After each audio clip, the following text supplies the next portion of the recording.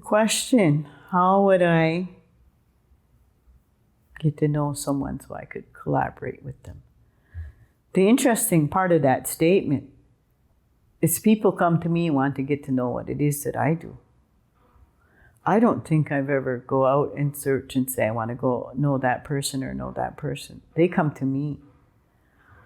And probably because I'm at a stage of my life, truth and reconciliation, I don't need to reconcile with white European settlers. They need to reconcile with me.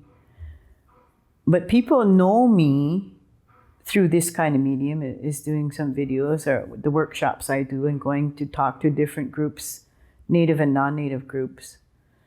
And for Fanshawe, being taken to different groups like the nursing program. So some of them got to know how I speak and what I speak about. So they want to know more, they want to learn more. And I truly believe that it's because of my passion, my belief I truly believe 100% in our cultural way of being. I understand the historical impact. I do want to plant a seed to make life better for the next generations. I'm very comfortable in who I am. I continue to go to ceremonies. I continue to help at ceremonies. I continue to do my healing. It just gets easier as I get older. So it's always that question for me is, if you want to come and sit and learn, then come. Come and ask that question. But come and sit and ask those questions and hear with your heart, with your mind, with your body and your spirit. And the other thing is, you're going to come and sit and learn about our teachings, which is our educational system. Don't come with a pen and paper. Come and sit and totally be present and hear those teachings. And whatever you're supposed to remember from those teachings or from that experience, you will. Because you're going to hear it, you're going to feel it, you're going to feel the energy from those words and from that understanding, and you're going to be connected to your spirit. That's building relationships. And if we're supposed to be in an educational institution and a system, it should be easy and more comfortable for you to come and to ask those questions. There is no stupid question. And what I hear out there lots is, I don't want to offend anybody. Well, if a little kid was asking a question, would we get upset if it's the wrong question? No. You would answer that question to age appropriate. You would be kind to them. And you would say, that's a good question. Or might have to say, why do you want to know that? Well, teach me about this.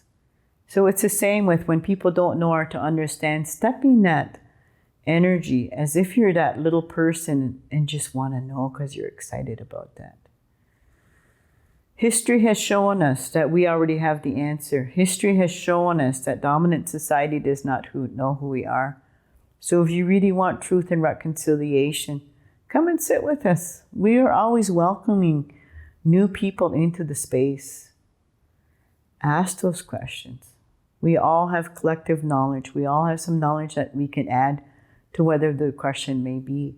But we have to understand the history, the truth of that history, the impact of that history, not just to the original people, but also to dominant society, that they need to do their own healing. They need to do their own investigating. They need to also question their own belief systems.